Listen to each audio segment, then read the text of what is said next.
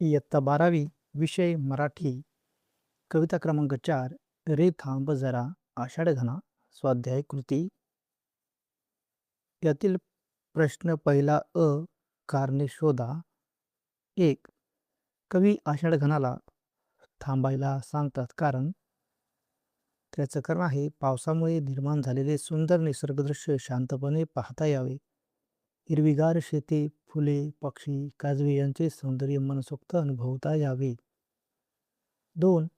कवीने आषाढ घनाला घडीभर उघडण्यास सांगितले कारण त्याचं कारण आहे सूर्यकिरणाने निसर्ग अधिक खुलून दिसावा.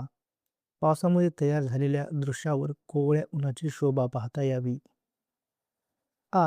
खालील वर्णनासाठी कवितेत आलेले शब्द लिहा. 1. शेतातील हिरवीगार पिके, कोमल पांचूची शेते. 2. पोवळ्यांसारखी लाल कणीदार माती, प्रवाळ माती.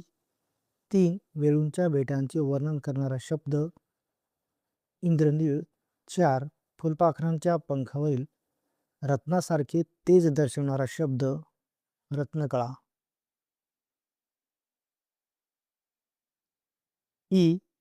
एका शब्दात उत्तर लिहा. 1. रोमांचित होणारा गंधकेतकी. 2. नव्याने फुलणारी सोनचंपकी. 3. लाजणाऱ्या जाईच्या लेकी. कृती करा. 1. कवीने आषाढ घनाला करायला सांगितलेली कामे. जरा थांबावे, घडीभर गगन उघडावे, वासरमणी घर खुले करावे, कोवळ्या उन्हाला बाहेर येऊ द्यावे. 2. आषाढ घन घडीभर थांबल्यावर घडणाऱ्या गोष्टी. निसर्गाचे सौंदर्य स्पष्टपणे दिसते. हिरवीगार शेते, फुले, वेळूंची बेटे अधिक खुलून दिसतात. पक्ष्यांचे गाणे, फुलपाखरांचे थवे अनुभवता येतात. काजव्यांचा प्रकाश आणि पाण्यातील दृश्य पाहता येतात. प्रश्न दुसरा, जोड्या लावा. तर या जोड्या अशा जुळतील. 1. काळोखाची पीत आसवे. याची जोडी असेल ओलसर वातावरणातील मिट्ट काळोखाचे दुःख अनुभवत. 2. पालवीत उमलता काजवे. याची जोडी असेल वृक्ष पालवीत उघडमीट करत चमकणाऱ्या काजव्यासोबत. 3. करू मज हितगुज त्यासवे. याची जोडी असेल मला गुज गोष्टी करू दे. 4. निरखित जळांतील विधुवदना. याची जोडी आहे पाऊस उघडला तर पाण्यातील चंद्रबिंब पाहत. प्रश्न तिसरा, खालील ओळींचा अर्थ लिहा. कणस भरू दे जीवस दुधाने, देठ फुलांचा अरळ मधाने, कंठ खगांचा मधु गना गानाने, आणित शहरात तृण पर्णा. उत्तर, कवी म्हणतात की पावसामुळे पिकांच्या कणसांत जीवनदायी दूध भरू दे आणि ती पिके समृद्ध होऊ देत. फुलांच्या देठात मध भरून ती अधिक ताजी व सुगंधी बनू देत.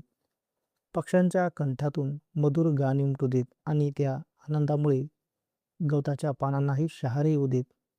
अशा प्रकारे कवी पावसामुळे निसर्गात निर्माण होणारी सजीवता, ताजेपणा आणि आनंद यांचे सुंदर चित्र उभे करतात. 4. काव्यसौंदर्य.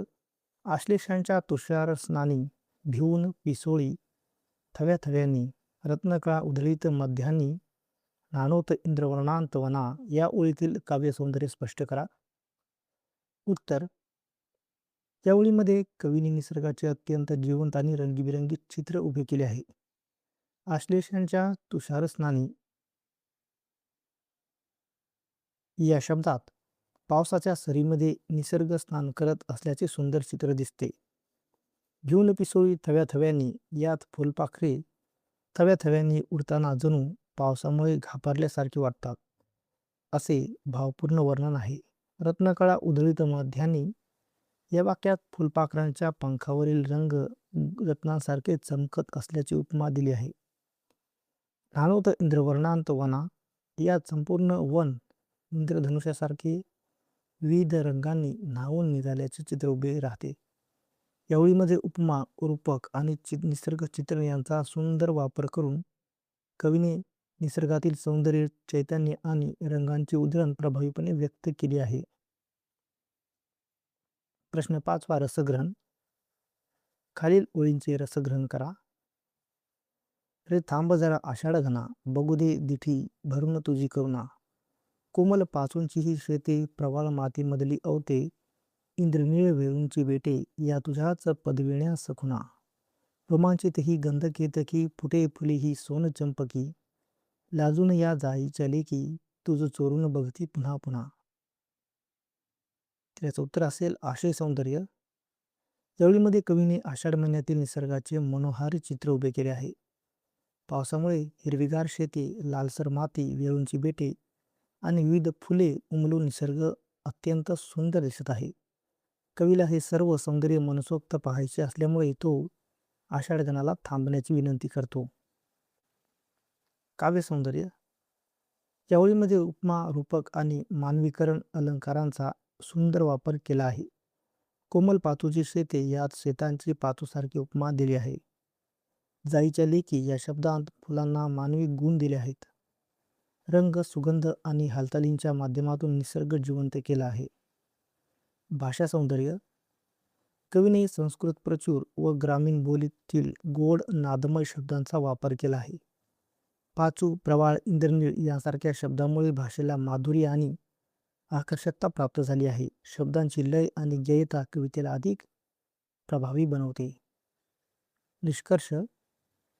यावेळीमध्ये निसर्गप्रेमातून निर्माण झालेला शृंगार रस व्यक्त होतो आणि निसर्गाचे सौंदर्य अत्यंत आकर्षकपणे मांडले आहे. 6 अभिव्यक्ती. अ. आषाढातील पावसाचा तुम्ही घेतलेला एखादा अनुभव शब्दबद्ध करा. उत्तर. आषाढ महिन्यातील पावसाचा अनुभव खूप आनंददायी असतो. काळे ढग आकाशात दाटून येतात आणि अचानक पावसाच्या सरी कोसळू लागतात. मातीचा सुगंध दरवळतो आणि सगळीकडे हिरवाई पसरते. शेतात पिके डोलू लागतात. झाडे झुडपे ताजी तवाने दिसतात. पावसात भिजताना मनाला वेगळाच आनंद मिळतो. रस्त्यांवर पाण्याचे प्रवाह वाहताना दिसतात आणि लहान मुले पावसात खेळताना खूप खुश दिसतात. अशा या आषाढातील पावसामुळे निसर्ग अधिक सुंदर आणि जिवंत वाटतो. आषाढ घनाचे आगमन झाले नाही तर. या विषयावर निबंध लिहा. उत्तर. निबंध. आषाढ घनाचे आगमन झाले नाही तर. उत्तर. आषाढ घन म्हणजे पावसाळ्याची चाहूल देणारे काळे मेघ. भारतासारख्या कृषीप्रधान देशात आषाढ महिन्यातील पावसाला अत्यंत महत्त्व आहे. शेतकरी, निसर्ग, प्राणी, पक्षी आणि मानव जीवन या सर्वांचे अस्तित्व पावसावर मोठ्या प्रमाणावर अवलंबून आहे. त्यामुळे जर आषाढ घनाचे आगमन झाले नाही तर त्याचे दूरगामी आणि गंभीर परिणाम दिसून येतात. सर्वप्रथम शेती क्षेत्रावर त्याचा मोठा परिणाम होतो. पावसाअभावी शेतातील पिके उगवत नाहीत किंवा वाळून जातात. बियाणे पेरले तरी त्यांना उगवण्यासाठी आवश्यक ओलावा मिळत नाही. परिणामी शेतकऱ्यांचे आर्थिक नुकसान होते आणि त्यांचे जीवन संकटात येते. अन्नधान्याचे उत्पादन घटल्यामुळे बाजारात टंचाई निर्माण होते आणि महागाई वाढते. पाण्याची समस्या ही एक आणखी मोठी अडचण निर्माण होते. पाऊस न पडल्यास नद्या, तलाव, विहिरी आणि धरणातील पाणी कमी होते. त्यामुळे पिण्याच्या पाण्याची टंचाई निर्माण होते. अनेक गावांमध्ये पाण्यासाठी लोकांना लांब लांब अंतर चालावे लागते. शहरामध्येही पाण्याचे काटेकोर नियोजन करावे लागते. निसर्गावरही याचा वाईट परिणाम होतो. हिरवीगार वनराई कोरडी पडते, झाडांची पाने गळतात आणि वातावरण उदास दिसते. प्राणी पक्ष्यांना पाण्याअभावी त्रास होतो.